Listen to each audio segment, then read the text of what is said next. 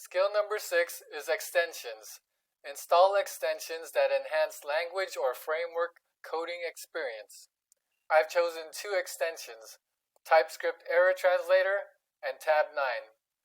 TypeScript Error Translator basically makes the TypeScript errors more readable, and Tabnine adds autocomplete features. To test TypeScript Error Translator, I've opened this file with errors. When I hover over this error, it shows a translation. I was expecting number, but you passed string. So basically, all I need to do is change this into a number. And we see that the error is gone. When I hover over this, the translation says, I can't find the variable you're trying to access. We'll fix this error with the help of Tabnine.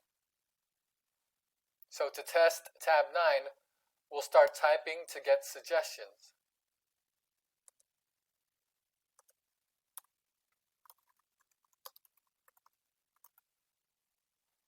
As you can see, there's an autocomplete suggestion right here to fill out the whole import line. By accepting that autocomplete, we fix this error.